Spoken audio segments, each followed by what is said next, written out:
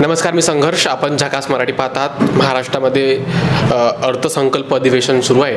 नेमकं महाराष्ट्रातील जनतेला ह्या अर्थसंकल्पामुळे काय मिळालं, कोणत्या सवलती त्यांना मिळाल्या, कोणत्या समस्या ह्या अर्थसंकल्पाच्या माध्यमातून महाराष्ट्रातील जनतेच्या दूर होणार आहेत, आपण ह्या चालू असलेल्या अधिवेशनामध्ये पाहत आहोत. आज आपण गोंदिया विधानसभा क्षेत्रात आहोत. गोंदिया विधानसभा क्षेत्राचे आमदार विनोद अग्रवाल आमच्यासोबत चर्चा करण्याकरिता आहेत. साहेब, स्वागत आहे झकास मराठीवर. काय सांगाल, अर्थसंकल्पाचं अधिवेशन सुरू आहे, काय मिळालं गोंदिया विधानसभेला? गोंदिया विधानसभेला निश्चितपणे या महाराष्ट्राच्या अर्थसंकल्पाच्या पूर्ण महाराष्ट्रासोबत गोंदिया जिल्ह्याला आणि गोंदिया विधानसभेला सुद्धा फायदा होणार आहे. आज सर्व क्षेत्रामध्ये एक भरीव निधी निश्चितपणे शासनाने अलॉट केलेली आहे. आज आपल्या गोंदियाकरता आपण नवीन 200 बेडच्या स्त्री रुग्णालय आपण मंजूर करत आहोत. एक 50 बेडच्या आयुष रुग्णालय मंजूर केलेलं आहे टीबी-टोलीला. त्यामध्ये आयुर्वेदिक, युनानी, होमिओपॅथी, प्राकृतिक चिकित्सा या सर्व प्रकारच्या सुविधा, योग वगैरे सर्व या सर्व सुविधा त्या हॉस्पिटलच्या माध्यमातून मिळणार आहे. आणि पुढच्या काळामध्ये एक वेगळा टीबी हॉस्पिटल गोंदियामध्ये नाही आहे, ते सुद्धा व्हावा त्या दृष्टीने सुद्धा आपले प्रयत्न अंतिम याच्यामध्ये आहेत. आज जे अपूर्ण कामे होते ते कामं पूर्ण करण्याकरता सुद्धा शासन कटिबद्ध आहे. आज रजेगाव काठी उपसा सिंचन म्हणली, परंतु त्यामध्ये पाण्याची कोणत्याही प्रकारची व्यवस्था पूर्वीच्या लोकांनी केलेली नव्हती. आपण आता त्या ठिकाणी सुद्धा बॅरेज बांधत आहोत आपण रजेगावजवळ, आणि त्यामुळे मोठ्या प्रमाणामध्ये सिंचनाची आणि पिण्याच्या पाण्याची व्यवस्था नक्की रूपाने गोंदिया विधानसभेतील जनतेला आणि शेतकऱ्यांना होणार आहे. डांगोर्ली बॅरेजचा प्रश्न मार्गी लागणार आहे. आणि प्रामुख्याने जो बाग कालवा आहे तो मागील 50, 60, 70 वर्ष जुना कालवा आहे.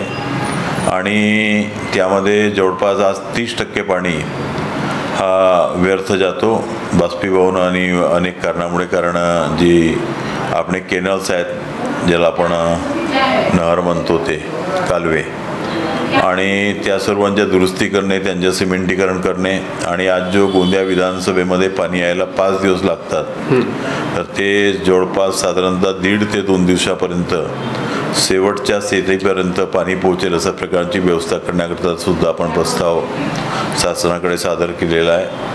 लवकरच त्याला आपल्याला यश मिळेल असा मला पूर्ण विश्वास आहे. बरं, भंडारा गोंदिया जिल्हा धान उत्पादक क्षेत्र आहे. आताच आपण अर्थसंकल्पामध्ये पाहिलं, अजितदादांनी धानाला बोनस म्हणून 20,000 रुपये या ठिकाणी जाहीर केलं. आपण निवडणुका आधी 25,000ची मागणी आपण फडणवीस साहेबांकडे केली होती आणि 20,000 आता जाहीर झाला आहे. समाधानकारक आहे तिथले शेतकरी?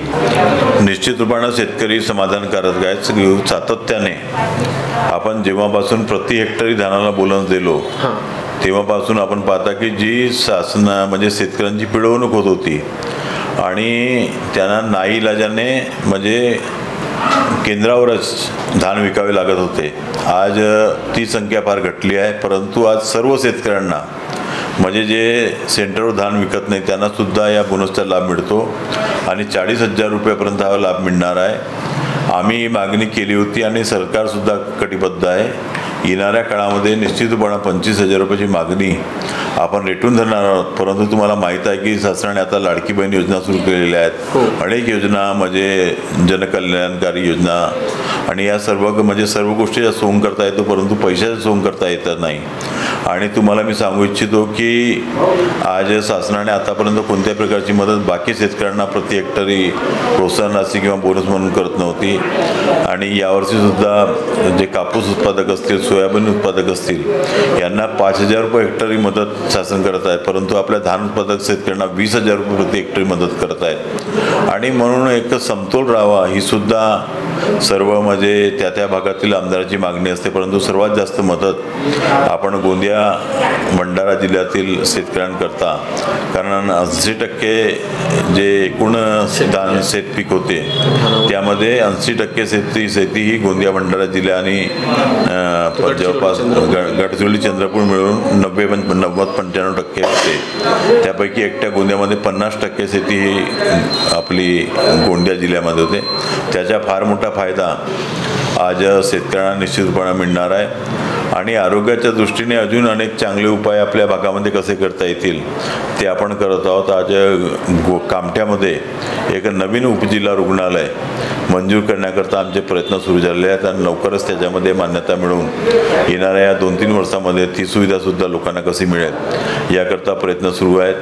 आणि एक MCHच्या माध्यमातून एक अजून नवीन दवाखाना 200 बेडच्या स्त्री आणि बालकांच्या म्हणजे उपचाराकरता त्याच्यासुद्धा प्रयत्न सुरू आहेत. आणि आज जी आपली विद्युत व्यवस्था आहे त्यामध्ये आपण आमूलाग्र परिवर्तन केलेलं आहे. मागे आपल्या पूर्ण एवढा मोठा गोंदिया ग्रामीण आहे त्याच्या एकच सब डिव्हिजन होतं, त्याला 2 सब डिव्हिजन केले. आता आपण नवीन एक सब सेंटर आपला बटाणामध्ये मंजूर केलेला 4 कोटी रुपयाचा. एवढंच नाही, आता लोडची फार मोठी समस्या वाढली आहे, त्यामुळे आता आपला या अर्थसंकल्पामध्ये आपण झिलमिली आणि इकडे हिवरा या 2 सब सेंटरची जे 5 MVAचे म्हणजे त्याच्या दुप्पट अजून क्षमता वाढचे ते प्रस्ताव आपले ट्रान्सफर मंजूर झालेले आहेत.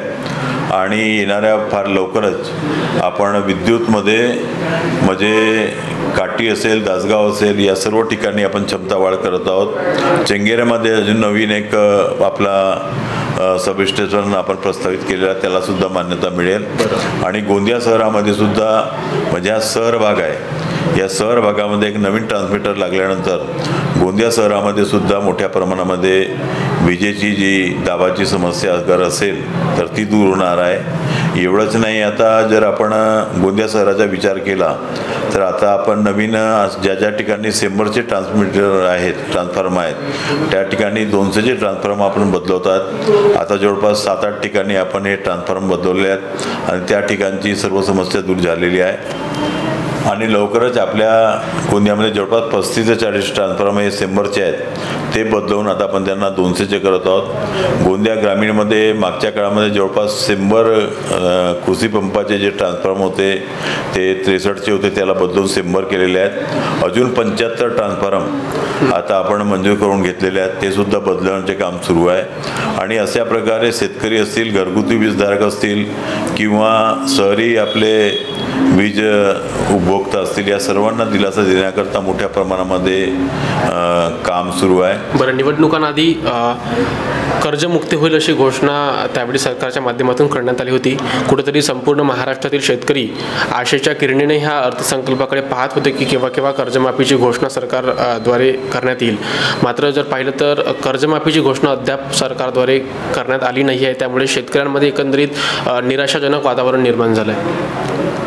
नाही, शेतकऱ्यामध्ये निराशाजनक वातावरण आहे असं आपण म्हणू शकत नाही, कारण शेतकऱ्यांना माहीत आहे की कोण काम करते आणि कोण काम करू शकते.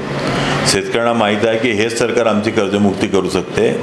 आणि म्हणून आपले जे वित्तमंत्री आहेत, मुख्यमंत्री यांनी वारंवार विधानसभेमध्ये निवेदन सादर केलेलं आहे की आम्ही आमची वचनपूर्ती करणार आहोत आणि जी कर्जमुक्ती निश्चितपणे करणार आहोत.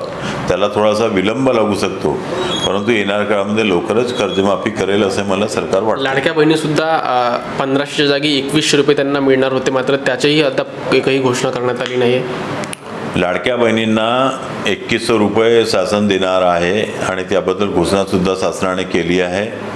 परंतु आज जी परिस्थिती आहे, एकूण म्हणजे जवळपास 2 लाख कोटी रुपये आपण पूर्ण महाराष्ट्रामध्ये खर्च करू शकतो. त्यापैकी जवळपास 45-50 हजार कोटी रुपये लाडकी बहीण योजनेवर खर्च होत आहेत. आणि एकंदरीत आमची जी लाडकी बहीण आहे तिला माहीत आहे की आमचे भाऊ जे शब्द दिले आहेत ते पूर्ण करतील. आणि आज 1500 रुपयेमध्ये सुद्धा आमच्या लाडक्या बहिणी समाधानी आहेत आणि येणाऱ्या काळामध्ये निश्चित रूपानं याच्यामध्ये वाढ करण्याकरता आमचे प्रयत्न सुरू आहेत आणि शासनसुद्धा कटिबद्ध आहे. बरं, आपण दुसऱ्यांदा आमदार होऊन आता 100 दिवस जवळपास पूर्ण झाले आहेत. कसे राहिले 100 दिवस? 100 दिवस फार उत्साहवर्धक राहिलेले आहेत आणि लोकांचे म्हणजे आपल्या जनता दरबारच्या माध्यमातून मोठ्या प्रमाणामध्ये आपण लोकांची समस्या सोडवतात. त्यांच्या व्यक्तिगत काही समस्या असतील त्यासुद्धा, मदतची गोष्ट असेल त्यासुद्धा मोठ्या प्रमाणात आपण करत आहोत. आणि आता लोकांच्या येण्याच्या प्रमाणसुद्धा खूप मोठ्या प्रमाणाने वाढलेलं आहे आणि लोकांच्या समस्या सुटत आहेत म्हणून तो येतात. आणि तुम्हाला हे सर्व सांगितलं आहे 100 दिवसामध्ये आपण केलेलं आहे. म्हणजे रजेगावला आपण जवळपास 125 कोटी रुपयाचा नवीन बंधारा बांधत आहोत. डांगूर बोरले बेरेजचे काम आपण करत आहोत. 200 कोटी रुपयाची आपण योजना पिण्याच्या पाण्याची मंजूर करून घेतली आहे, त्याचे सुद्धा वर्क ऑर्डर झालेले आहेत. गटार योजनाची 250 कोटी रुपयाची योजना आपण मंजूर करून घेतली, त्याचे सुद्धा वर्क ऑर्डर झालेले आहेत.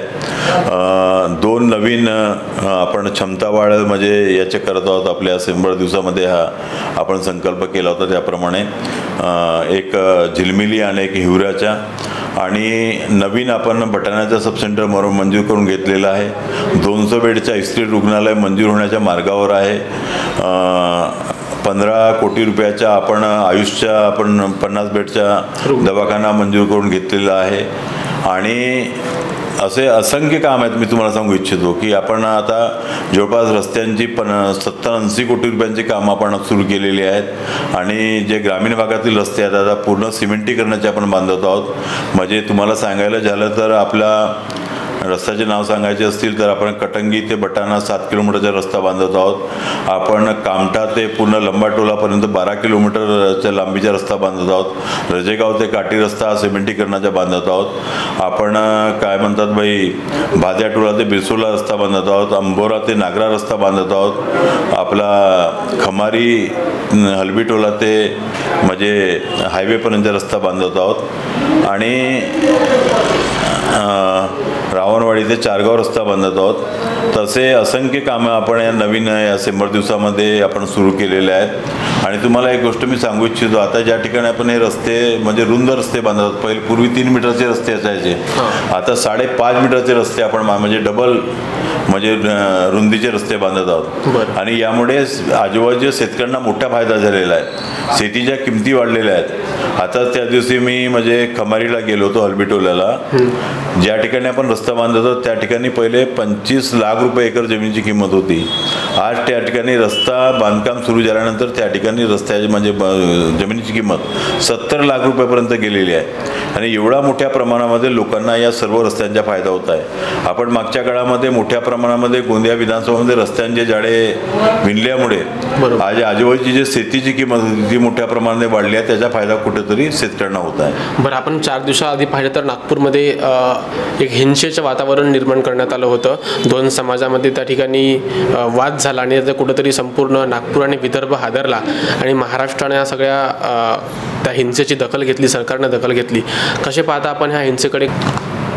जातीपातीच्या राजकारणामध्ये काही लोक हे गालबोट लावण्याचा प्रयत्न करतात आणि हे जे हिंसाचारी लोक आहेत यांना सरकार सोडणार नाही आहे. सरकारने निर्धार केलेला आहे की एकेकला जे याला जबाबदार असतील त्यांची ओळख करून त्यांना निश्चित रूपाने कठोरातील कठोर सजा होणार आहे. मी आपल्या माध्यमातून एवढाच सांगू इच्छितो आणि सर्व लोकांना एवढीच अपेक्षा व्यक्त करतो की असे जे लोक आहेत यांच्या बळी न पडता आपण सहिष्णू आहोत. सर्व लोकांना सामावून घेणे ही आपली संस्कृती आहे आणि सर्व लोकांनी एकमेकांशी चांगल्या एकोपाने राहिले पाहिजे हीच आमची इच्छा आहे. बरं, खूप खूप धन्यवाद साहेब आमच्यासोबत जुळण्याकरिता. तर हे होते गोंदिया विधानसभा क्षेत्राचे आमदार विनोद अग्रवाल. खरं तर त्यांच्या 100 दिवसाच्या रिपोर्ट कार्ड त्यांनी या ठिकाणी सादरच करून दिला. अर्थसंकल्पामध्ये सर्वसामान्य लोकांकरिता कोणते निर्णय घेण्यात आले, कोणत्या निर्णयाकडे प्रामुख्याने सरकार भर देत आहे आणि समाजातील शेवटच्या घटकाला कशाप्रकारे न्याय देता येईल याकरिता आमदार विनोद अग्रवाल यांनी आपली मते या ठिकाणी प्रकट केली. आपण झकास मराठी पाहत आहात. आजची व्हिडिओ शेवटपर्यंत पाहिली त्याबद्दल सर्व प्रेक्षकांच्या मनापासून आभार. खूप खूप धन्यवाद.